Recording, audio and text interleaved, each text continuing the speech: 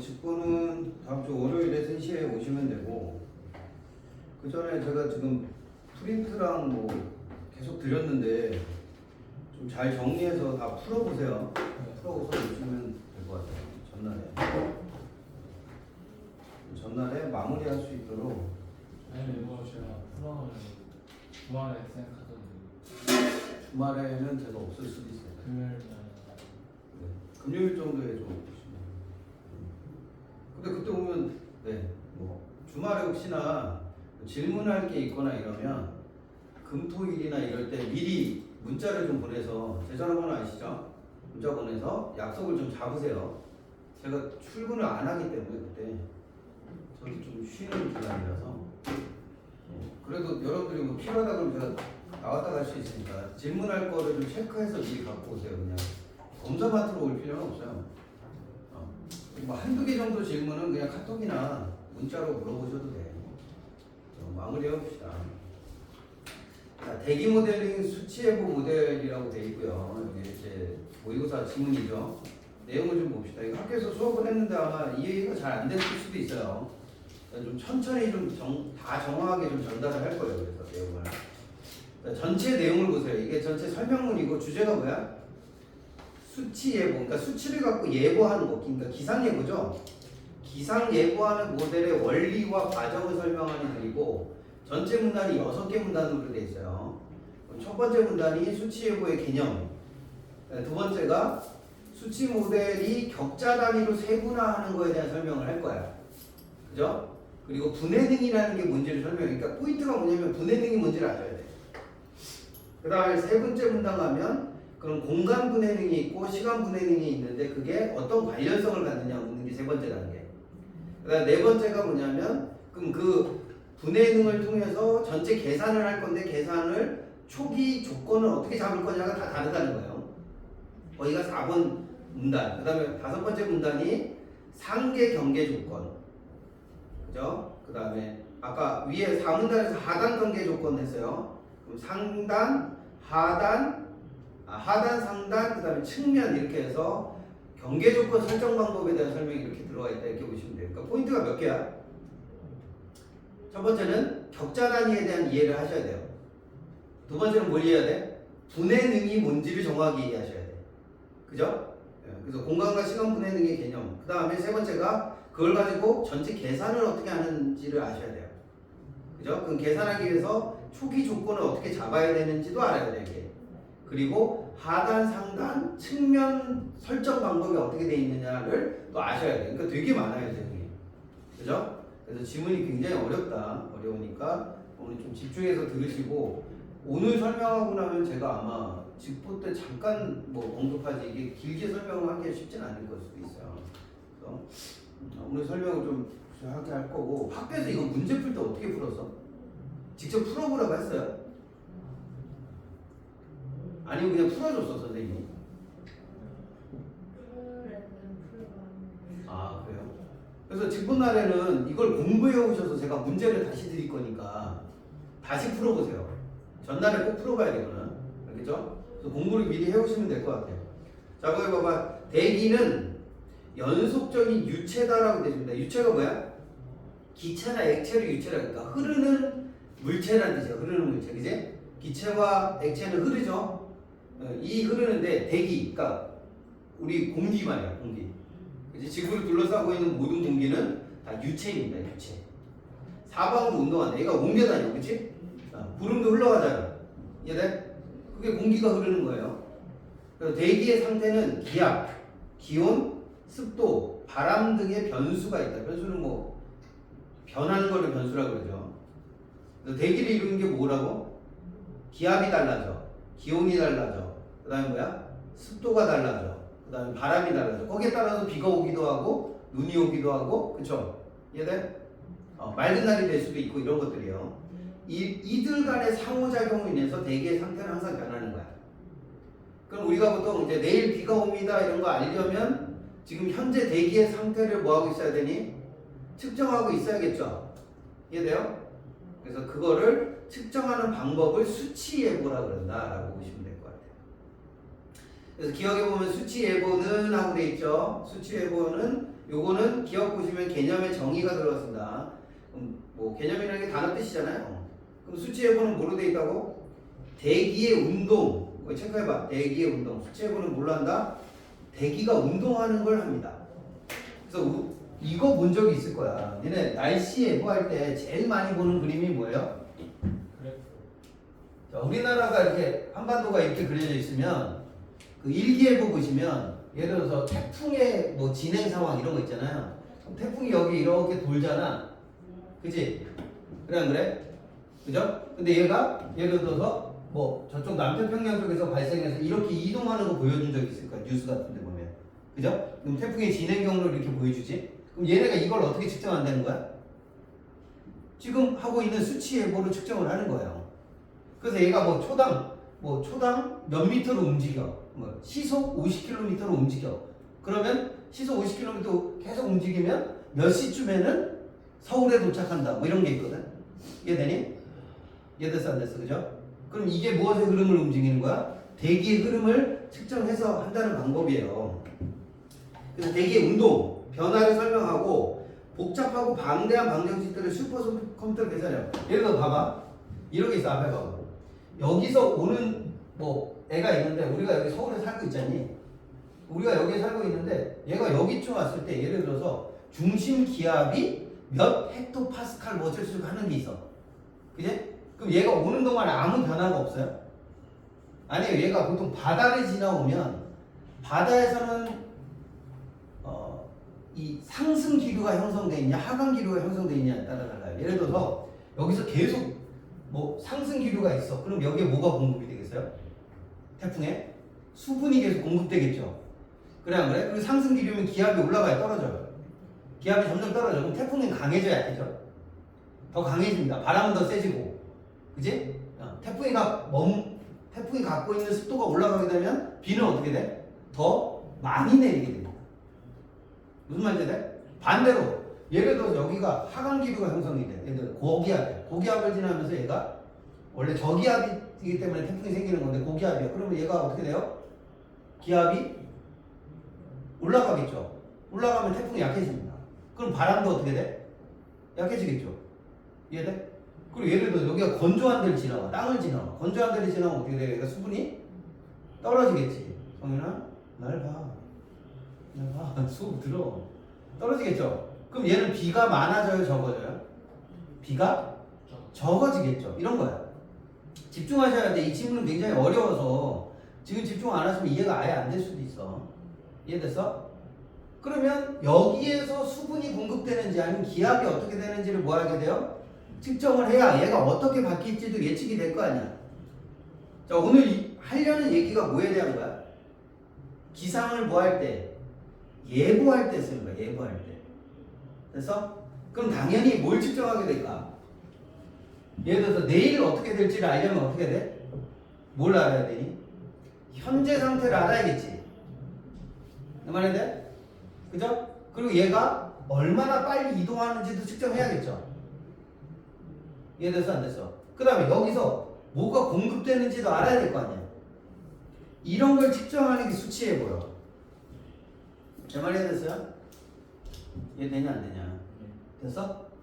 그래서 봐봐. 그거를 설명해주는 그린 거야. 쉽게 말하면.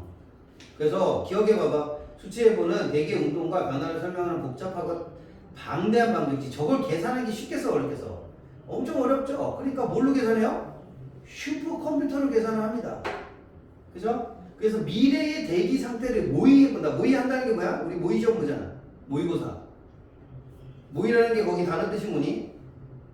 니은에 보면 모의의 의미가 나와 있어요. 복잡한 방정식을 풀어서 완벽한 정답을 낼 수 있어 없어? 자, 내일 태풍의 상태가 어떨지 우리가 어떻게 알아? 정확하게 맞추기는 어렵지만 그래도 최대한 어떻게? 가까운 상태를 추측해보는 거예요. 가까운 것을 값을 찾는 방식을 모의라고 합니다. 그래서 내일 날씨를 뭐 해보는 거 쉽게 말하면 예측해보는 거죠. 기상을 예측해보는 것을 말하는 것이 수치예보가 되겠다. 그리고 이때 모의한다는 건 반전시대 근사해. 근사해 동그라미 줘봐. 근사해가 뭐야? 해는 값이란 뜻이에요. 해가 값이란 뜻이죠. 그럼 근사값을 측정한다 이런 뜻이에요. 그지? 그럼 봐봐. 예를 들어 시험에서 내일 날씨가 어떨지 정확하게 알 수 있다. 이런 맞아 틀려요? 틀린 말이에요. 뭐는 알 수 있는 거야? 내일 날씨가 어떨지 근사값을 알 수 있다는 게 정확한 말이에요. 대충 내일, 그래서 맨날 뉴스에 보면 뭐라고 하니? 내일 비가 올 확률이 100%라고 나온 거 봤어요? 안 봤어요? 없어요. 아무리 내일 비가 올 게 확실해도 뭐라 그래? 90%, 80% 이렇게 되는 거예요. 정확하지는 않은 거예요. 확실하게 알 수는 없죠. 자, 그 정도로 챙겨놓으시면 될 것 같고, 그래서 수치예보를 위해서 슈퍼컴퓨터로 수치예보 모델을 가동하는데, 수치예보 모델을 가동하는 목적에 따라 모의할 대기의 영역을 정한 후 그 영역을 격자 단위로 세분화한다. 이렇게 되어 있습니다. 예를 들어서 봐봐. 내일 태풍이 여기 올 거야. 그러면 태풍이 돌아나가는 이쪽에 바람이 세거든요. 돌아서 나오는데, 그지? 그럼 우리가 태풍의 영향권에 들어간다고 했을 때 바람에, 그러니까 예를 들어 여기가 중심이야. 여기가 중심인데 얘 범위가 어디까지 미쳐? 반경 한 10km 정도까지 미쳐. 예를 들어서 이게 100km까지 영향을 미친다 칩시다. 그죠? 그럼 100km 밖에까지도 뭐가 많이 불어? 바람도 많이 불고 비가 많이 온다 칩시다. 그치? 그래 안 그래? 자, 그럼 측정을 어디서부터 어디까지 측정을 해야 되니? 여기서부터 여기까지는 측정이 돼야 될 거 아니야. 이 범위를. 그치? 이해돼? 중심에서부터 100km까지는 측정을 해야 되죠. 그럼 좌우하면 몇 킬로야? 200km. 위아래도 몇 킬로야? 200km죠. 이해되니? 그럼 가로 200km, 세로 200km짜리 이렇게 박스를 치는 거야. 이렇게. 그래서 요 안에를 측정하면 되는 거야. 왜? 태풍을 예측할 거니까. 그래서 자, 근데 태풍을 통으로 예측할 수 있어? 없어요? 없어. 그래서 여기를 뭐하니? 잘라. 이렇게. 너무 크니까 100kg짜리 어떻게 하니? 그래서 10kg 단위로 이렇게 자르는 거죠. 이렇게 잘라요. 이게 격자인 거야. 격자. 됐어? 됐니 안 됐니? 그죠? 그럼 이 중에서 예를 들어서 측정기가 측정을 하는데 예를 들어서 가운데 측정을 해야 되고 여기를 측정해야겠죠. 그죠? 예를 들어 여기가 가장 바람이 세진 않죠. 저도 잘 모르겠는데 어쨌든 중심 쪽이 바람이 생각보다 약합니다. 그죠? 그럼 여기를 기압을 측정하고 바람을 세게 측정. 바람이 실제로 센 쪽은 돌아서 나오는 이쪽이 이렇게 세다 그래요. 그럼 여기도 측정을 하겠죠. 이렇게. 이해됐어? 여기도 측정하고 여기도 측정하고 이렇게 측정을 해가지고 이 점점마다 측정을 해서 바람의 색이라든가 비가 얼마나 시간당 비를 얼마나 뿌리는지 이런 걸 측정하게 됐거든.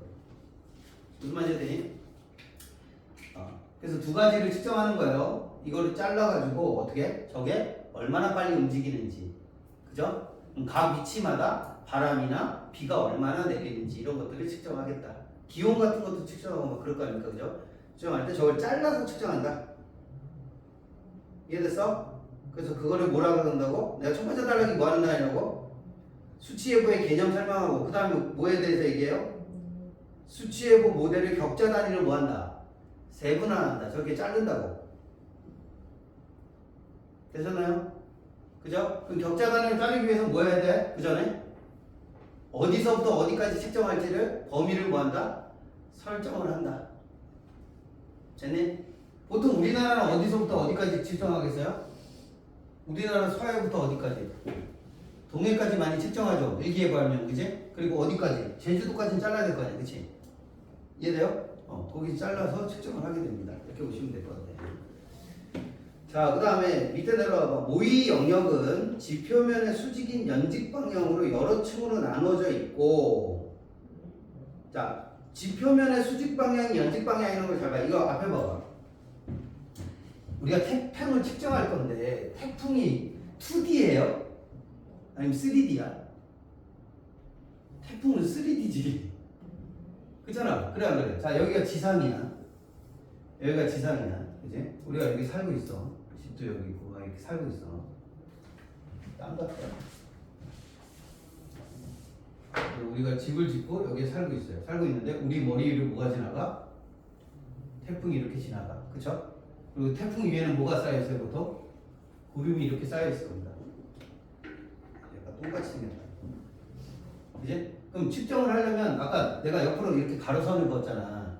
그럼 여기가 이렇게 그어지겠죠. 자, 이걸 잘라봐. 자르면 격자를 어떻게 만들어야 돼? 자, 측정을 할 때 이렇게 잘라서 측정을 하겠지만, 그렇죠? 그리고 아까 여기 세로선이니까 이렇게 잘리겠죠, 이렇게? 이렇게 잘리겠지, 이제? 자, 잘 봐, 앞에 봐봐. 이 태풍을 어디서 보는 거야? 내가 지금 집에서 보는 거니까 밑에서 보는 거지, 이렇게. 그러면 수평 단면이지, 이렇게. 이해돼, 안 돼? 어? 수평이 이렇게 됐지, 내가. 그럼 내가 이렇게 보고 있는 거야. 우리 집에서 이렇게 보면 태풍이 어디가 보여? 아래가 보이겠죠? 그치? 그럼 태풍은 아래만 있니? 위에도 있어, 없어? 위쪽도 있죠. 수직 단면도 있단 말이야, 수직 단면도. 이해돼요? 3D니까. 그러면 여기서 이렇게 꺾어서 이렇게 측정도 해줘야 돼, 이렇게. 이렇게도 잘라야 된다고, 이렇게. 위쪽으로도 이렇게 잘라야 된다고. 이해됐어? 그럼 수직인 연직 방향, 이게 연직 방향이야, 연직 방향. 위쪽으로 자르는 게 연직 방향이야. 자, 연직 방향으로 잘랐어. 연직이 뭐라고? 어디 방향으로 자르는 거야? 대기를 수직 방향으로 자르는 거야, 위로. 3D니까 이해돼? 3D로 잘라서 위로 잘랐어, 위로. 위로 자른 걸 여러 층으로 나눠. 그럼 층이 져지겠죠. 1층, 2층, 3층, 4층 이렇게. 오케이? 됐어? 그 다음에 위도와 경도. 위도와 경도가 뭐야? 앞에 봐봐. 자, 이게 지구야. 우리 땅이야. 그럼 우리 집의 위치는 뭐랑 뭐로 알 수 있죠? 위도와 경도로 알 수 있어. 알지? 그죠? 지구 표면을 뭘로 잘라? 가로선과 세로선으로 자르잖아. 그치? 마찬가지야. 여기도 가로선과 몰라? 세로선으로 잘랐어. 그럼 이게 뭐야? 파란색으로 자른 게 뭐니? 위도와 경도를 기준으로 자른 거야. 이해됐어? 그럼 위도와 경도 기준으로 자르는 게 무슨 방향으로 자르는 거야? 수평 방향으로 자르는 거죠. 이해됐니? 그럼 태풍은 어떻게 돼? 구성이 수직, 그지? 연직 방향, 또 그다음에 뭐야? 위도, 가로, 경도, 세로. 됐어? 요렇게 해서 점을 설정해서 거기마다 찍는 거예요. 됐나요? 아니, 3D 모델이 있으면 좋겠습니다만 지금 제가 자료까지는 없어서 지금은 어쨌든 이렇게 격자를 나눈다 이렇게 보시면 될 것 같아요. 됐죠? 그럼 이거를 봐봐. 앞에 봐봐요. 그럼 말로 설명해 줄게요. 그럼 얘를 측정하게 되면 얘는 3D가 되는 거예요. 앞에 봐봐. 여기 예를 들어서 여기 뭐예요? 여기? 이렇게 된 거 보여? 보여 안 보여?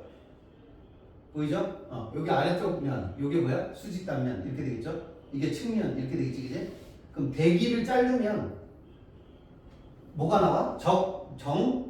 육면체로 잘리게 돼요. 이렇게 같은 거리를 자르면. 이해됐어? 그럼 요렇게가 위도가 위아래지? 그죠? 이게 위도, 이게 뭐야? 경도, 그 다음에 여기 뭐라고 아까? 연직이 되는 거예요. 이렇게 자르는 거. 이렇게 자르는 거. 이렇게 잘리겠죠. 입체 모양으로. 됐어? 그럼 내가 예를 들어서 이 대기의 상태를 측정하는데 여기를 측정해. 여기죠. 여기 점은 경도 얼마, 위도 얼마, 그 다음에 위아래에서 몇 미터 정도 이렇게 되겠죠. 이해됐어? 됐니 안 됐니? 그럼 위도 얼마, 경도 얼마, 높이는 얼마 이렇게 되겠지, 그지? 그럼 여기 각 점마다 뭐예요? 날씨나 기온이나 바람의 속도라든가 이런 걸 다 측정하는 거예요, 이걸 다. 이래서 이걸 다 합치면 어떻게 돼? 저렇게 되는 거죠. 저 전체를 다 측정하게 되는 거죠. 이해돼서? 그치? 요거를 측정하는 거다 이렇게 보시면 될 것 같아요. 그럼 넘어와봐. 다음 페이지. 5페이지. 자, 집합체가 돼요. 그래서 각 공기 덩이에서는 변수의 값이 일정한 시간 간격마다 계산이 된다. 수평 방향의 해상도는 격자점 거리가 좁을수록 높다. 자, 여기 봐봐. 얘가 이 정도 사이즈로 쟀어요. 쟀어, 그지? 봐봐. 여기가 더 좁히면 어떻게 돼? 근데 이걸 더 쪼개. 이렇게 더 쪼개, 이렇게.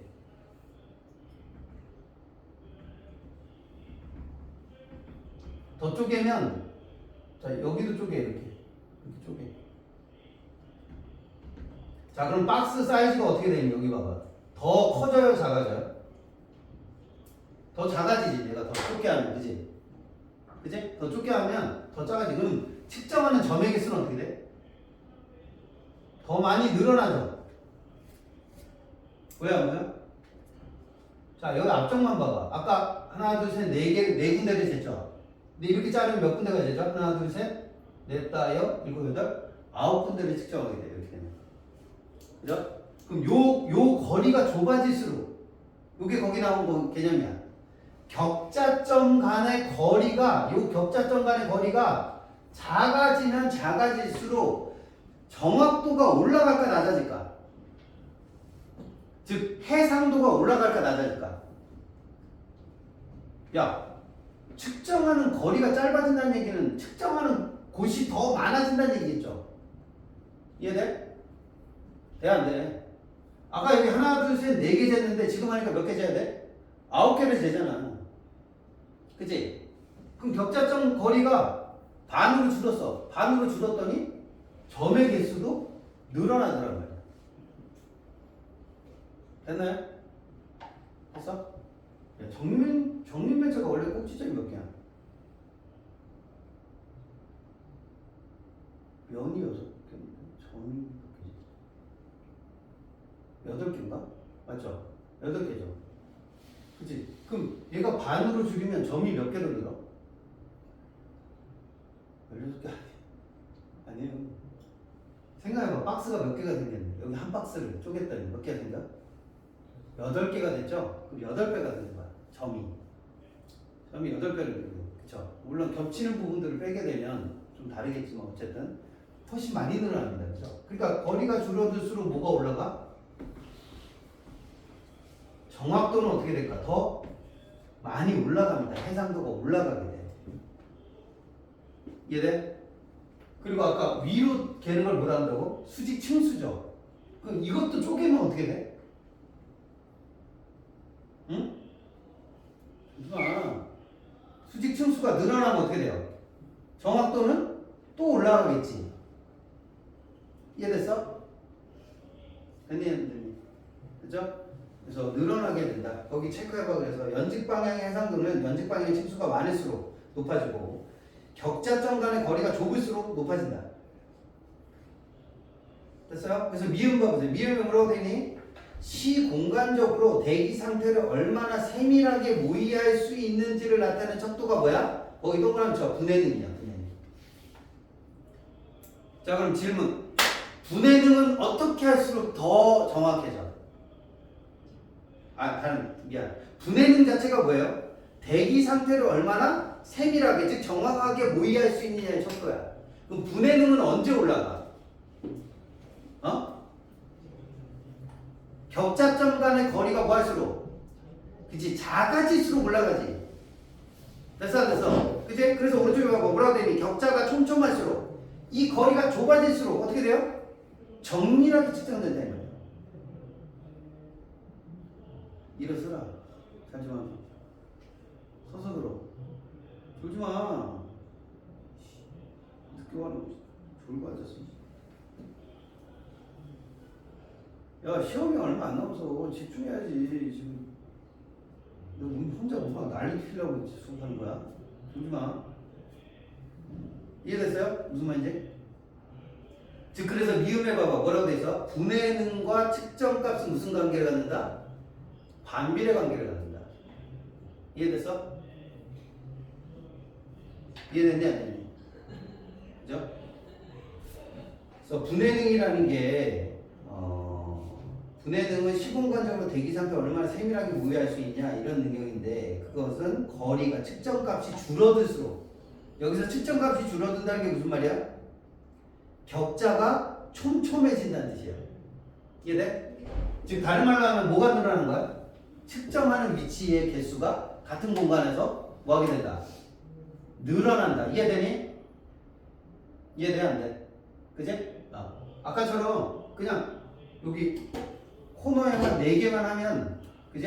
4개만 하는 것보다 여기 9개 정도로 이렇게 코너 점 개수가 늘어날수록 측정하는 개수가 늘어날수록 어떻게 돼요? 분해능은 올라가게 된다. 그래서 근데 왜 반비례야? 거리가 줄어들수록 해상도가 올라가는 거고 해상도가 올라가면 뭐가 올라가는 거라고? 분해능이 올라가는 거야. 그러니까 반비례죠. 이해되니? 측정하는 위치의 거리가 줄어들수록 올라가니까 반비례 관계를 갖는다. 됐나요? 됐어? 오케이. 이거 잘 챙겨보세요. 이게 첫 번째 여러분들이 이해하셔야 되는 영역이에요. 그래서 수평, 수직 이 개념이 있고요. 또 하나가 더 있습니다. 시간 분해능이라는 게 있어. 자, 예를 들어서 얘를 측정을 하는데 자, 이거 격자를 다 정하고 측정을 해. 예를 들어서 10초에 한 번씩 측정을 해요. 자, 10초에 한 번씩 측정하는 거랑 5초당 한 번씩 측정해. 그러면 측정하는 횟수가 어느 게 더 많이 늘어나? 자, 얘는 1분에 몇 번 측정하게 되지? 1분에? 야, 10초에 한 번이니까 6번 하겠지. 그죠? 자, 얘는 1분에 똑같은 시간에 몇 번 측정하게 돼? 12번을 측정하게 돼. 그럼 어느 게 더 정확도가 높겠니? 많이 하는 게 더 높겠죠. 즉, 자, 측정하는 무엇에 줄수록 측정하는 시간의 간격이 뭐할수록 줄어들수록 뭐는 올라가? 해상도가 올라가게 돼요. 아까 해상도는 다른 말로 뭐라고? 뭐라고? 분해능이에요. 분해능. 시간 분해능도 올라가 내려가? 올라가게 된다. 자, 시간도 어떤 관계를 갖는다? 반비례 관계를 갖는다. 그치? 측정하는 시간의 간격이 짧아질수록 정확도는 어떻게 된다? 올라가게 된다. 여기는. 됐어? 됐니? 그럼 정리하면 측정하는 거리가 짧아질수록 그죠? 측정하는 시간이 짧아질수록 분해능은 늘어나게 된다. 그치? 자, 근데 앞에 봐봐. 자, 아까 내가 박스를 쳤을 때 자, 이게 입체잖아. 이렇게 입체로 돼 있죠? 그치? 그럼 내가 줄이게 되면 봐봐. 가로 뭐 경도가 되겠죠. 경도. 세로 위도가 되겠죠. 그죠? 높이 요게 뭐야? 연직이 되겠죠. 그죠? 이해됐어? 됐네 안 됐니? 그치? 그럼 봐봐. 얘를 반으로 줄였어. 그럼 얘도 반으로 줄이겠지? 얘도 반으로 줄이겠지? 이해되니? 그럼 얘가 2분의 1. 얘가 2분의 1. 얘가 2분의 1. 그러면 다 곱해야 됩니다. 이게 그러면. 그죠? 봐봐. 아까 반으로 주면 정확도는 몇 배 올라가? 분해능이 2배 올라가겠죠. 얘도 몇 배 올라가? 얘도 2배 올라가겠죠. 얘도 몇 배 올라가? 얘도 2배 올라가겠지. 그치? 이해되니? 그럼 가로, 세로, 높이. 자, 거리를 반으로 줄여버리면 전체가 반이 줄기 때문에 2 곱하기 2 곱하기 2가 돼요. 그쵸? 됐어? 됐어? 안 됐어? 근데 아까 분해능이 하나가 더 있지. 이거는 공간 분해능이고, 이건 공간이야, 공간. 이건 공간에 대한 분해능이고, 또 하나 뭐야? 시간 분해능이 하나 더 있습니다. 시간을 반으로 줄이면 시간의 분해능도 어떻게 돼요? 2배로 늘어나겠지. 그래서 2의 몇 승이 돼? 2의 4승이 돼요. 내 말이 돼? 정말 야, 이거 진짜 이해 못하면 이거는 아예 싹 날릴 수도 있어요. 질문을 내가 왜 이렇게 집중해서 하라고 하는지 이해를 못하겠어? 다른 질문은 안 어렵잖아요. 근데 얘는 어렵잖아. 어려운데 졸고 있으면 어떡해. 큰일 나 니네. 에? 시험 망친다고. 집중을 좀 해. 이거를 못 참아가지고 큰일 났네 진짜. 너 시작한 지 몇 분 됐니? 야, 머리를 짜서 이해를 해도 이해가 지금 될까 말까 하는데 니네 지금 학교에서도 제대로 설명 안 해줬잖아요.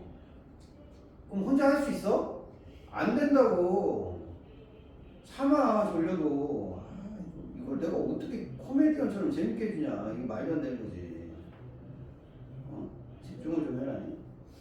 자, 거기 봐봐. 그럼 다음 달러 봐봐. 공간 분해능과 시간 분해능은 서로 관련이 있어요, 없어요? 있대요. 이때 왜 있는지를 좀 설명을 드릴게요. 어떤 제가 지금 설명드린 건 맨 밑에 있는 가로 부분이야. 일반적으로 모델에 비해 설정된 수평 방향의 공간 분해능을 2배로 높이면 계산의 안정성을 위해서 연직 방향의 공간 분해능과 시간 분해능도 각각 2배 높여. 얘를 2배 높이면 어떻게 된다고? 2배, 2배, 2배, 시간까지 2배로 늘려야 돼. 이해되니? 이해돼 안 돼? 그렇죠? 그냥 같은 거리 안에서 측정을 해주기 때문에 그래요. 자, 그러면 2배가 되니까 2의 4승이 된다 말고, 자, 하나를 더 설명한다. 여기 봐봐. 자, 앞에 봐라 여기. 그럼 시간 분해능하고 공간 분해능하고 무슨 관련이 있는지 좀 아셔야 돼. 앞에 봐. 이거 되게 어려운 거야. 이거 봐. 봐. 좀 앞에. 그러지 말고. 자, 얘가 예를 들어서 1초에 예를 들어서 1000m를 간다 칩시다. 자, 이 태풍이 1000m씩 이동을 해. 그제? 근데 내가 1초마다 한번 측정한다고 쳐봐. 1초에. 그제? 예를 들어서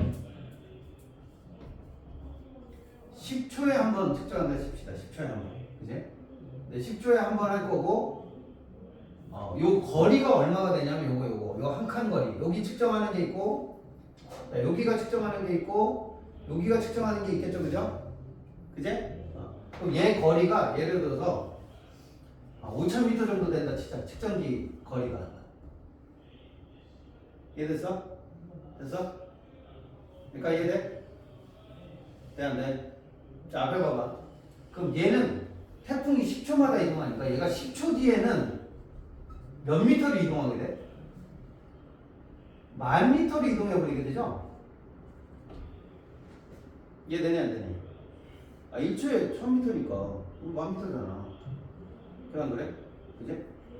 그럼 10km를 이동하게 되죠? 됐어? 근데 측정기는 몇 미터마다 있어? 5,000미터마다 있어. 됐니? 됐어 안 됐어? 자, 앞에 봐봐. 자, 내가 여기 측정하려고 그래. 근데 내가 아까 바깥쪽에 바람 속도나 뭐 이런 거 측정하고 싶어. 여기 지점이야. 그치? 얘가 10초 뒤에 얼마나 이동한다고? 10,000미터를 이동해버린다고. 됐니? 여기까지. 이렇게 이동했어. 그치? 됐어 안 됐어? 자, 근데 예를 들어 측정기가 몇 미터마다 있어? 10초마다 한 번씩? 5,000미터마다 하나씩 있어. 그치? 자, 그럼 여기 A 측정기가 있고, 여기 중간에 B 측정기가 있고, 예를 들어서 여기 C 측정기가 있어. 그치? 자, 그럼 내가 여기서 측정을 한 번 했어. 했지? 자, 잘 봐. 했어? 했지? 얘가 얼마를 이동해서 10초 사이에? 그 다음에 얘네가 몇 초 뒤에 측정해? 10초 뒤에 측정을 하지. 그래 안 그래? 근데 얘가 얘를 건너뛰고 여기로 와버렸어 벌써. 그럼 얘는 측정이 되냐 안 되냐? 안 돼버리죠? 제 말 이해돼요? 이해돼 안 돼? 그치?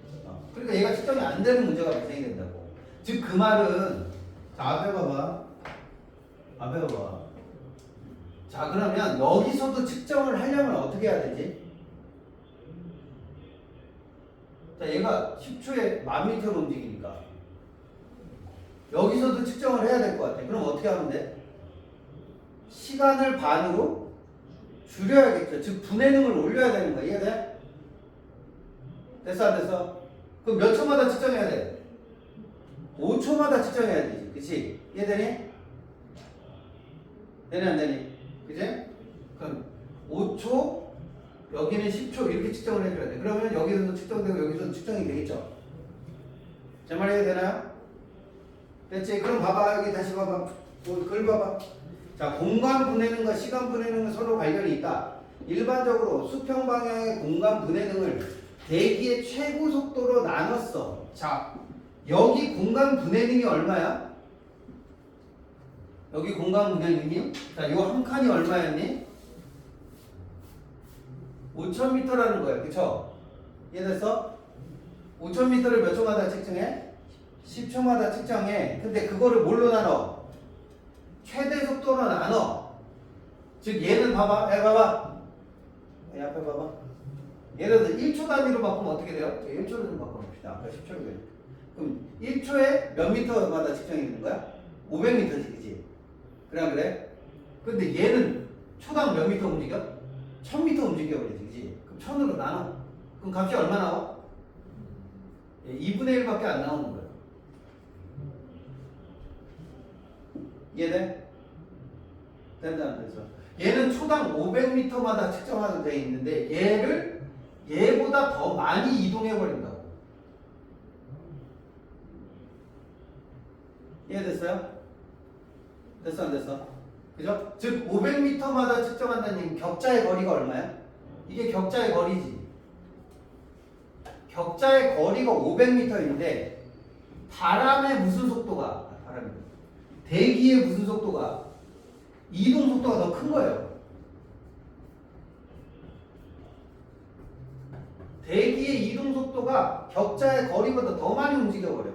그제? 그럼 1초에 500m 다음에 측정을 해야 하는데 얘가 이미 2배를 움직여버려요. 그럼 측정이 잘 안 되겠죠? 그죠? 그럼 데이터가 잘 들어와 안 들어와? 잘 안 들어오게 되는 거예요. 얘가. 아이고야 좀 일어나. 서서라도 들어. 그 의지가 없어 이것들이. 이거는 날리면 안 되는 질문이에요. 이거는 다른 건 네가 어찌 처리한다고 해도 이거는 아예 날리면 안 돼. 이거는 됐죠? 그래서 거기 오른쪽 시험 봐봐. 시간분해 능의 상한선을 두는 까다. 자 여기 잘 봐. 시간분해 능의 상한선을 둔다는 게 뭐야? 자 격자 크기보다 대기 속도가 빨라. 여기 앞에 봐. 고개 들어. 하지 말고. 봐봐. 그럼 어떻게 해결해야 돼? 이거 어떻게 해결해야 돼? 얘가 500m를 움직였을 때 측정을 해야 될 거 아니야? 그지? 그럼 내가 지금 몇 초마다 측정하고 있어서 이렇게 되는 거야? 10초마다 하고 있지? 그래 안 그래? 그지? 그럼 얘가 측정하는 상한선은 몇 초야? 10초인 거지. 됐어 안 됐어? 그럼 상한선을 낮춰야 돼 높여야 돼? 이걸 지금 답해봐. 야, 더 자주 측정하려면 시간을 어떻게 해야 돼? 내가 아까 얘기했잖아. 측정하는 시간이 짧을수록 정확도는 올라간다고 분해능이. 그치? 그럼 얘를 몇 초로 바꿔줘야 돼? 5초로 바꿔줘야지. 즉 상한선을 어디로 바꿔줘야 돼? 최대 얼마 이하로? 5초 이하로 떨궈줘야 되는 거야. 내 말이 돼? 돼 안 돼? 그지? 그럼 5초 뒤에는 몇 미터마다 측정이 돼? 5000m마다 한 번씩 측정이 되겠죠? 이해됐어? 됐어 안 됐어? 내 말이 해야 되니? 그지? 예를 들어서 거리가 아까 얘기한 대로 예를 들어 얘가 5000m야. 근데 구름이 여기서 여기까지 이동하는데 몇 초 걸려? 5초가 걸려. 그럼 측정하는 값도 10초가 아니라 얼마를 줄여줘야 돼? 5초에 한 번씩 측정을 해줘야 된다. 그러니까 상한선은 어떻게 해야 돼? 쉽게 말해봐. 측정하는 시간을 어떻게 해야 돼? 간격을 좁혀줄수록 어떻게 될까? 정확도는 올라가겠지. 이 말 이해되니? 되니 안 되니? 즉, 자 다시 바꿔줄게. 대기가 이동하는 속도가 빨라. 그럼 어떻게 해야 돼? 측정하는 시간을 더 짧게 해줘야 측정이 될 거 아니야? 이 말인 거야. 그걸 다른 말로 바꾸면 뭐야? 상한선 어떻게 해줘라? 낮춰주라 이 말이에요. 됐어? 어려운 거야 지금. 되게 어려운 거라고 하는 거야. 이해가 안 되면 이제 큰일 나요 이거는. 지금 뭔 말인지 이해가 안 되고. 제가 그래서 우리 직분날에 오셔서 문제를 풀어보게 할 거야. 공부가 됐는지 안 됐는지. 지금 몇 줄 설명도 안 했는데 뭐 저렇게 꾸벅꾸벅 적는데 이게 잘 들어가겠어요 머릿속에? 그래 설명 듣고 자기가 집에 가서 빈칸 하시면서 다시 공부를 해놔줘야 돼. 아직 안 끝났어. 시험을 더 풀라고 해야 돼. 얼마 남았나 또 보고 있니? 몇 달 남았니? 괴롭죠. 야 근데 실제로는 여러분들이요 독서 지문 하나 하는 것도 어려운 거예요 원래. 그냥 대충 하면은 이게 이해가 안 돼버려요 지문은. 내가 모르겠냐 이런 것들은. 이런 결과는 굉장히 많이 보죠. 지문 이해 안 되면 가가지고 다 써요. 쉽게 나오면 상관없습니다. 쉽게 나오면 그제? 단순하게 외워도 어느 정도 초보할 수 있는데 만약에 어렵게 나오면 이제 뭐 한 3문제 날아가고 뭐 이렇게 되면 골치 아프니까 한 10점씩 날아가요 잘못하면. 자, 그 다음 날아가봐. 공간 분해능과 시간 분해는 관련이 있다. 이거 했죠. 그죠? 그래서 시옷에 보면 대기가 정해진 시간 간격 동안 격자점 간 거리보다 더 멀리 이동했어. 그러면 변수의 값을 구할 수 없는 격자점이 생긴다. 그지? B는 건너뛰고 A에서 C로 바로 이동해버리면 B에서 측정이 안 돼버리게 된다는 거예요. 이해되시나요? 그죠? 그래서 일반적으로 모델에 이미 설정된 수평 방향의 공간 분해 등을 2배로 높이면 계산의 안정성을 위해서 연직 방향의 공간, 이거 아까 설명했던 겁니다. 설명했죠. 그죠? 그죠? 그러니까 얘가 봐봐. 얘가 만약에 10,000미터가 아니라 5,000미터마다 측정이 되게 하려면 시간도 어떻게 해야 된다? 시간 간격도 반으로 줄여줘야 측정이 가능하다. 이 말인 거야. 이해돼? 그러니까 봐봐. 얘 봐봐. 가로선을 줄이게 되면, 그지? 이해돼? 가로선의 길이를, 그러니까 측정 간격의 요 격자 사이의 거리를 줄인다는 말은 모두 줄여야 돼. 세로도 줄여야 되고, 가로, 세로, 높이 다 줄여야 되죠. 또 모두 줄여야 돼? 시간 간격도 반으로 줄여줘야 돼. 됐어? 그래서 몇 승 나온다고? 2에 4승이 나오게 된다. 아까 반으로 줄이면 정확도는 어떻게 된다고? 분해능은 2배로 올라간다. 오케이? 그럼 2배 시간까지 2배 하게 되니까 몇 배가 돼? 2에 4승배. 2에 4승이면 몇 배가 되니? 2는 4, 4이 8, 32? 32배로 올라가는 거죠. 그죠? 정확도가. 2에 2승이 4, 2에 3승이 8, 8에 2승이 16배로. 그건데 16배로 올라가게 되는군요. 2에 4승배라고 하시면 될 것 같아요. 그래서 그 문제 풀다 보면 4배 올라간다 이렇게 돼 있는 거 무조건 틀린다 이렇게 보시면 돼요. 변수가 4군데가 되있다. 자, 그 다음 넘어가봐. 이응 보세요. 모의 영역의 대기를 격자 단위로 세분화한 뒤에는, 자, 뒤에 넘어가서 방정식들을 계산하기 위한 조건을 설정한다. 자, 이제 측정은 되고 있어. 그지? 측정은 되는데 그것만 갖고 예측이 돼야 안 돼요? 안 되죠. 뭐 해야 돼? 그러면 아까 여기랑 똑같은 거 앞에 봐봐. 자, 얘가 여기서부터 어디로 이동해? 여기로 이동할 거야. 그럼 시간이 굉장히 많이 흐르겠죠. 그제? 얘도 제주도에 있던 태풍이 서울에 도착하려면 10시간 넘게 걸린단 말이야. 그럼 똑같겠니? 제주도에 있던 태풍과 서울에 도착한 태풍의 상태가 똑같을까? 같지가 않겠죠. 그제? 그럼 일단 뭐부터 측정해야 돼? 제주도에 있는, 여기 제주도에서 출발하는 태풍의 상태를 뭐 해야 돼요? 측정을 해야겠지. 됐냐 안 됐니? 그럼 측정할 때 대기 상태를 설정하는 방법이 정해져 있어요. 근데 거기 세 번째 좀 중요한 거야. 격자점마다 대기 상태를 나타내는 변수의 값을 개별적으로 구해야 돼. 왜 개별적이야? 자, 앞에 보세요. 왜 개별적인지를 설명해 줄게. 앞에 봐봐. 앞에 봐봐. 여기에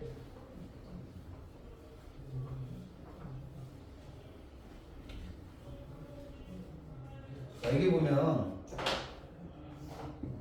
태풍의 여기 밑에 바닥 쪽에 있어요. 여기. 여기는 어디랑 가깝지? 지상하고 가깝죠. 그지? 그럼 여기는 누구의 영향을 받겠어? 지상의 영향을 받겠죠. 그지? 예를 들어서 여기가 바다냐 땅이냐에 따라서 어떻게 된다고? 온도와 습도가 달라지게 돼. 그쵸? 그럼 얘는 얘의 영향을 받아. 이해됐어? 자, 앞에 봐봐. 자, 그럼 지상에 가까운 A 지점을 측정할 때는 뭐를 고려해서 측정해야 돼? 얘가 만나고 있는 누구의 상태? 그지? 지상의 상태를 고려해서 측정을 해야 돼. 이해됐어? 됐냐 안 됐니? 근데 맨 꼭대기 여기 봐봐. 여기 얘는 땅하고는 가까워요, 멀어요? 겁나 멀죠? 얘는 어디에 가깝니? 저기?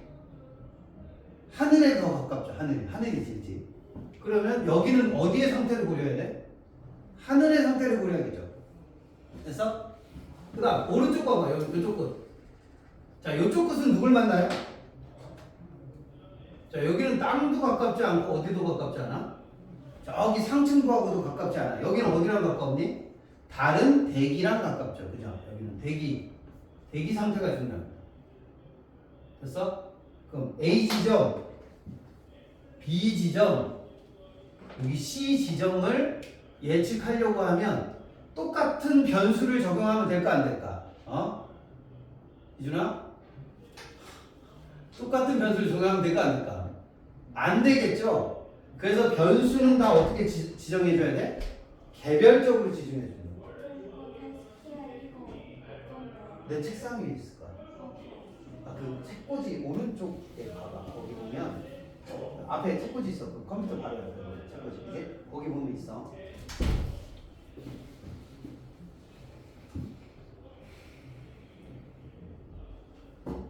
자, 그래서 5번 보세요. 5번. 거기 학교에서 정리해주고 있죠. 초기 설정 조건에 시간 초기 조건, 그죠?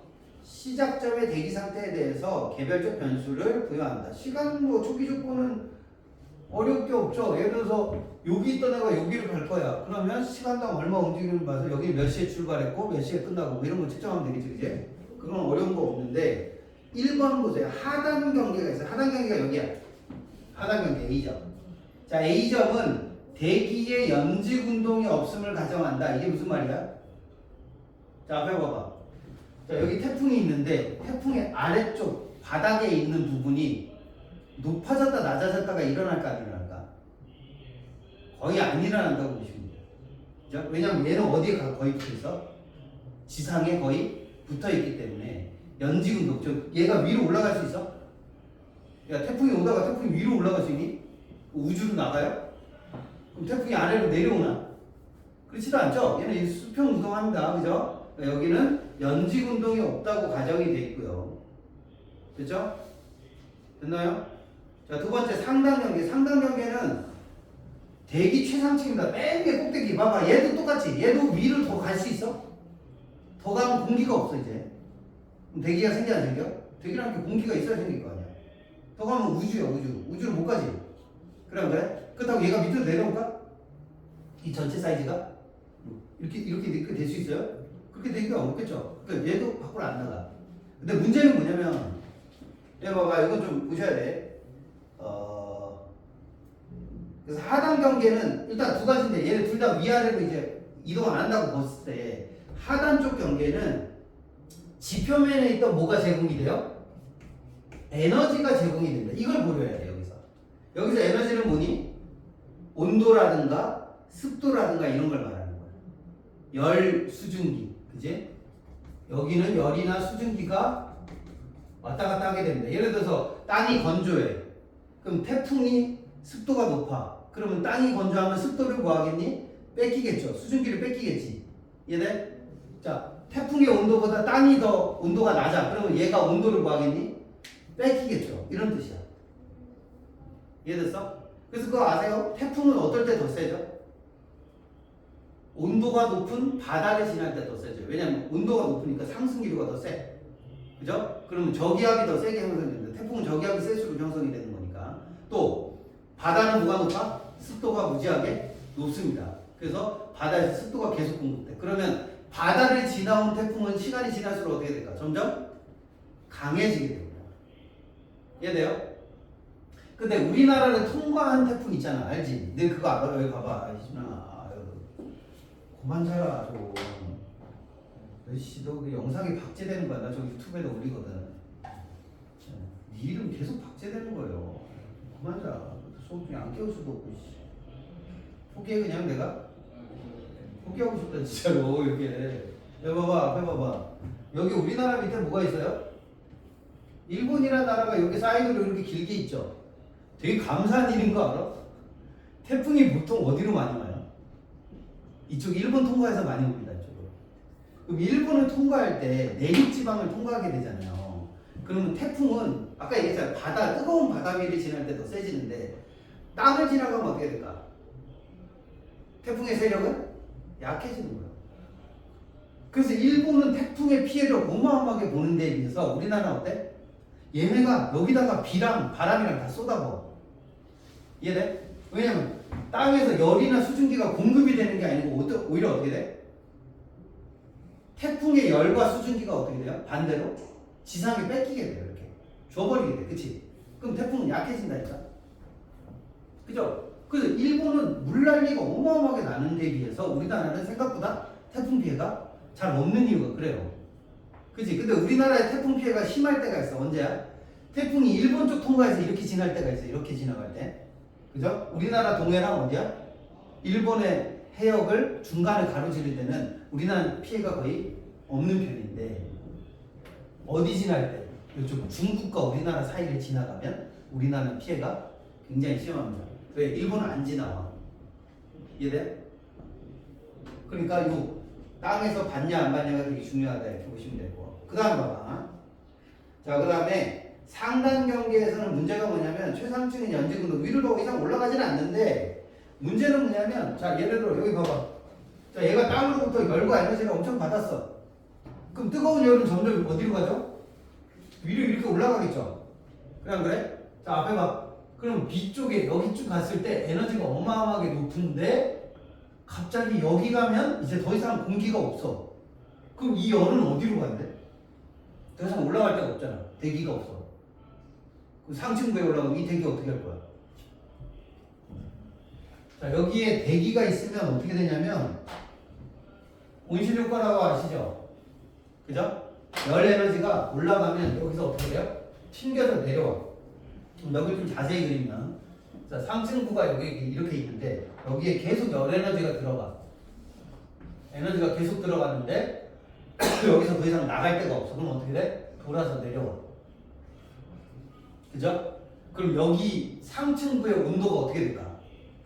열 에너지는 계속 공급되는데 상층부에서 에너지가 이렇게 내려오면 어떻게 돼요? 겁나 뜨거워지겠지. 그럼 실제로 그럴까 안 그럴까? 안 그렇습니다. 그래서 왜곡이 일어나. 왜곡. 이해되니? 실제로 태풍의 상층부가 그렇게 뜨겁지는 않습니다. 이유는 왜 그럴까? 왜 그럴까? 왜냐하면 중간에 여기 중간층에서 에너지가 이렇게 올라갈 때 이 에너지 일부가 어떻게 돼요?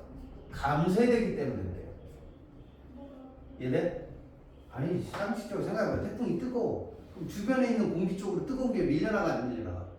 밀려나가겠지. 열이 빠진다고 중간에. 이해됐어? 그래서 중간에 감쇄가 된다라는 거야. 감쇄. 됐죠? 그래서 거기 상단 경계는 연지운동은 0으로 설정하되 감쇄층 또는 에너지가 흩어지도록 계산하는 방법을 쓴다. 그래서 아래 좀 내려와. 그 옆으로 꺽쇠 표시 이렇게 돼 있는 거 있을 거야. 이렇게 돼 있는 거 보이죠? 6페이지 아래쪽 달라. 봐라. 거기 보면 최상층 고도의 연지운동이 없다고 가정돼 있고 왜곡 완화. 저희가 너무 뜨거워요라는 것을 해결하기 위해서 두 가지 방법을 함께 적용하는데 예를 들어서 여기 높이가 여기 대기 높이가 80km 위가 있고 아래가 있겠죠? 그죠? 꺽쇠 표시 있는 내용을 보면 위가 있고 아래가 있는데 위쪽에서는 뭘 적용해요? 위쪽에서는 자연 소멸이라는 걸 적용하는데 위쪽에서는 자연 소멸. 그리고 아래쪽에서는 뭐예요? 감쇄층이 흡수 방식을 쓴다 이렇게 돼 있어요. 감쇄층 흡수. 즉 쉽게 말하면 자 여기 땅에서부터 올라온 열 에너지가 올라가다가 여기 80km 아래쪽 부분에서는 주변으로 이렇게 흡수가 된다는 뜻이에요. 주변으로 열이 저절로 흡수돼. 그러니까 그럼 온도가 떨어지겠지, 그죠? 그럼 여기 와서 여기쯤 오면 여기 가면 여기서 자연 소멸되는 부분이다. 즉 지구도 지구 밖으로 뭘 뿜어내? 일정량의 에너지를 뿜어내니까 여기 나가서 일부는 빠져나가는 거야. 80km 이상 정도 자연 소멸된다 이렇게 본다. 다 됐나요? 됐어? 힘들죠? 독서가 제일 어렵습니다. 7페이지 와보세요.